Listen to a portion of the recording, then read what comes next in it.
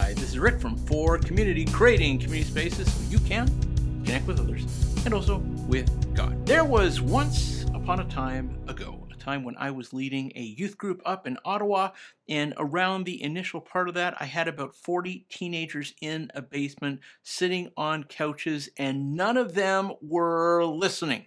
It turned into a free-for-all, and they were becoming escalated. And I got so frustrated that I raised my voice and ended the meeting. Not my finest moment as a youth pastor, but there it was. I let a group of 40 teenagers escalate me to the point of ending the meeting.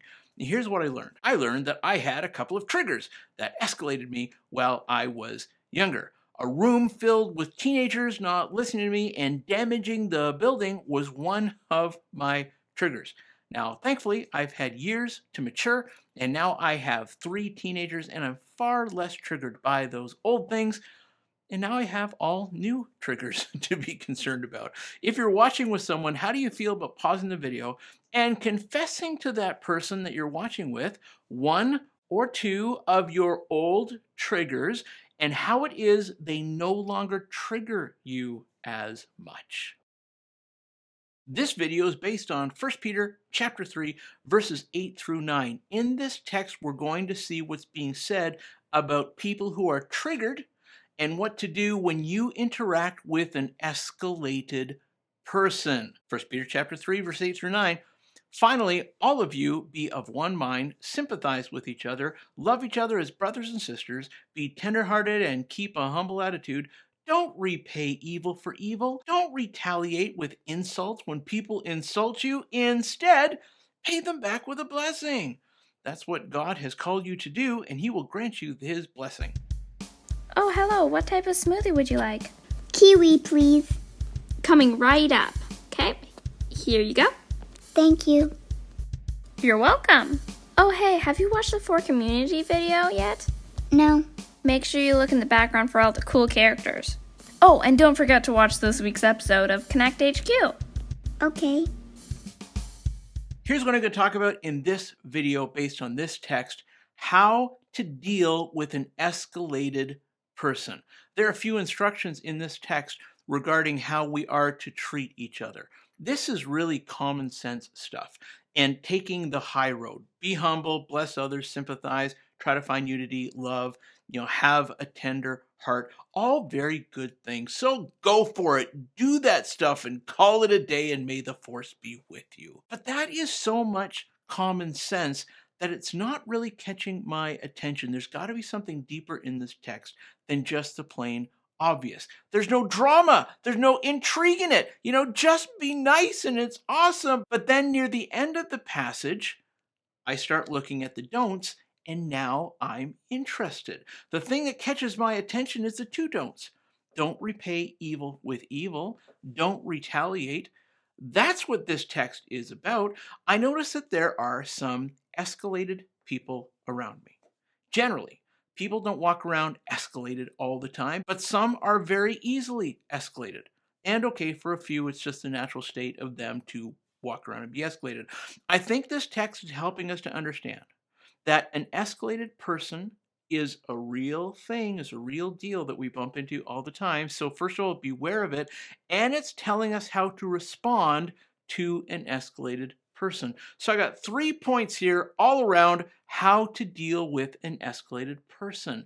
And for the very first point, just to state the obvious, be aware of escalation.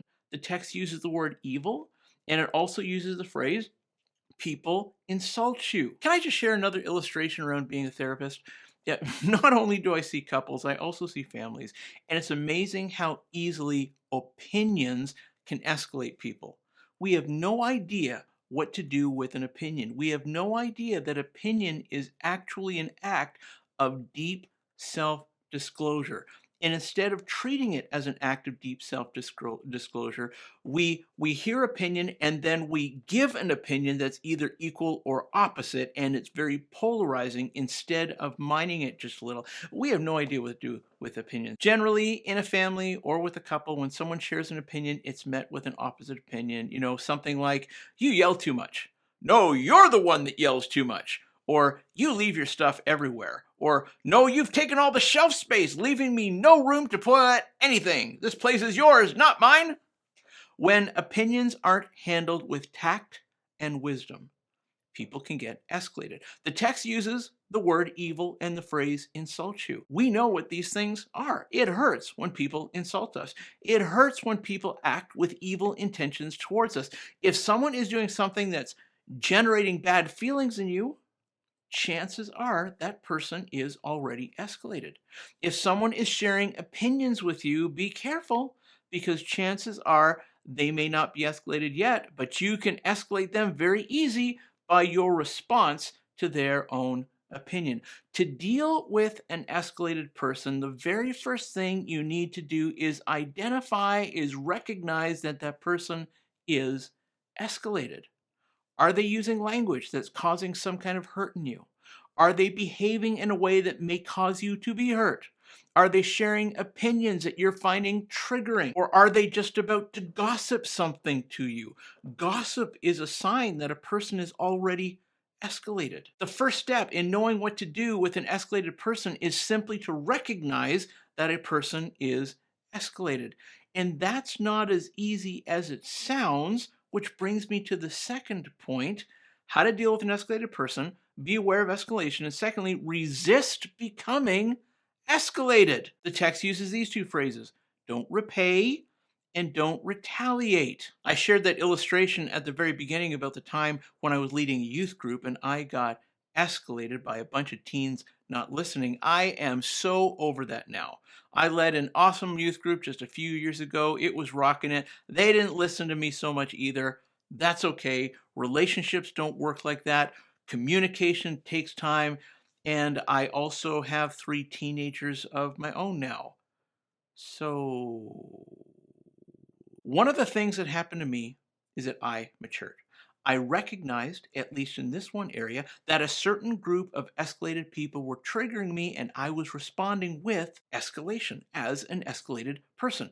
Okay, man, this is so common sense among families and among couples. It is so very, very, very, very, very, very, very easy for us to recognize when someone else is escalated. However, when we recognize it, sometimes what happens is we feel some kind of righteous indignation, and our escalation is justified because of the other person's behavior. We don't take responsibility over our own emotions, over our own behavior. We put that responsibility on another person and wash our hands of our own contribution to the escalation. We see escalation and we get escalated by it, and we justify ourselves to become escalated because it's the other person's fault and not ours. Man, this gets really ugly. Okay, pause. First, recognize that you're dealing with an escalated person. And then second, resist becoming escalated yourself, regardless of how justified you seem to think it is. The text says, don't repay, don't retaliate.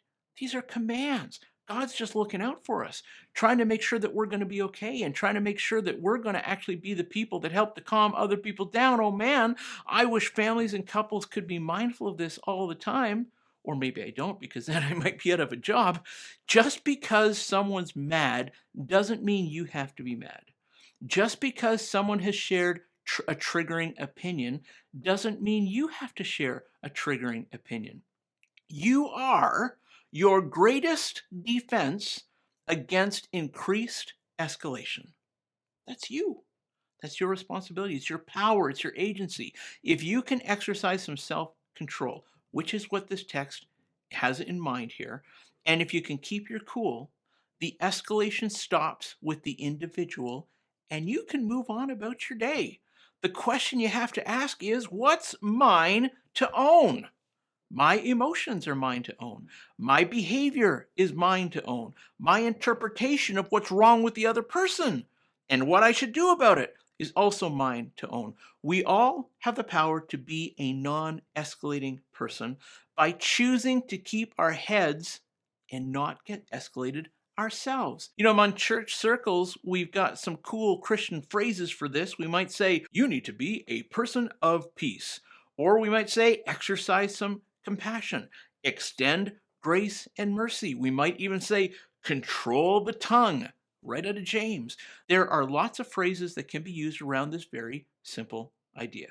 If you want to deal with an escalated person, don't get escalated yourself. You are your best defense against increased escalation. If you can't control yourself, it's like throwing gas on a campfire. Your escalation will just increase the escalation. Even if you're justified to escalate, your escalation will increase the escalation, and both of you are going to get hurt. A hot-headed person will not meet your escalation with reason. They're already hot-headed. They're not going to make sense of anything you say. They've already lost the capacity for higher thinking. Don't you lose your capacity too. If you see an escalated person, the very best way to respond is by you not getting escalated yourself. Keep your head. Okay, how to deal with an escalated person. I've got one more point. Be aware of escalation. Resist becoming escalated. And then thirdly, attempt to de-escalate.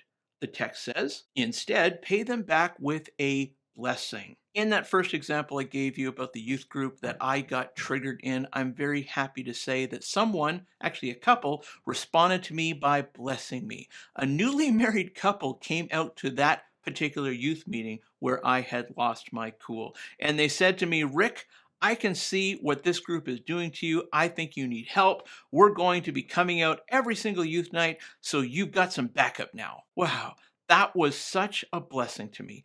And it totally de-escalated me in that moment, and I kept that de-escalation going. Okay, so you've recognized that someone is escalated. You're keeping your cool, and you're not allowing yourself to become escalated. Now what? The text says, instead, pay them back with a blessing. Now, don't get me wrong. Sometimes that blessing is simply walking away and choosing not to join in the escalation. There's nothing wrong with that. Actually, that's an awesome idea. Walk away. Keep yourself untriggered. The escalated person may have a hard time having conversations anyways. And the blessing is you walk away from the escalation and you help that person avoid an argument. Okay, but here's the thing. If you have kept yourself from being escalated, that means that you can still use your noggin. There's no kink in your think. That means that you can still access your wisdom and discern how best to help the person who's been escalated. If you are escalated, that means that the fear center of your brain has taken over. You're into a full amygdala hijack. There is no higher thinking in that moment. It's just fight, fright, or freeze, and maybe tend and befriend as well. That's pretty much all that you've got. If you avoid escalation, you're not in that fight, flight, freeze part of your brain. You can actually think clearly where other people can't. And you ask yourself, is this a person that simply needs some help, or is this a person who actually intends to harm me? Then you can bless that person by either walking away to spare them the increased escalation, or you can bless them if they're not a threat to you and try to figure out what to do. And what does blessing a person look like? It looks like the beginning of this passage. It looks like you being humble, blessing others, sympathize, try to find unity, love that person, have a tender heart.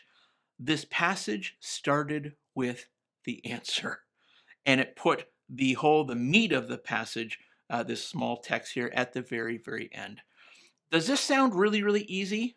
Because it is totally not really, really easy. Couples let this happen to them all the time. Family members get into this all the time. Coworkers let this happen all the time. They let an escalated person escalate them, and they feel justified about the escalation. And then both people think that they're justified about their escalations, so they continue to escalate, and the fear center of the brain takes over. Both people have this amygdala hijack going on, and they just either they fight with each other, they go off in a huff. It's not good time, man. I mean, this is why we're seeing this in the Bible. It's the same reason why we see, warning, this cup is hot, on a cup of coffee that you just bought through a Tim Hortons drive-through. Like, duh, it's so obvious, but it happens all the time that people get this stuff wrong. It's here because of the real world experience. Here's the summary.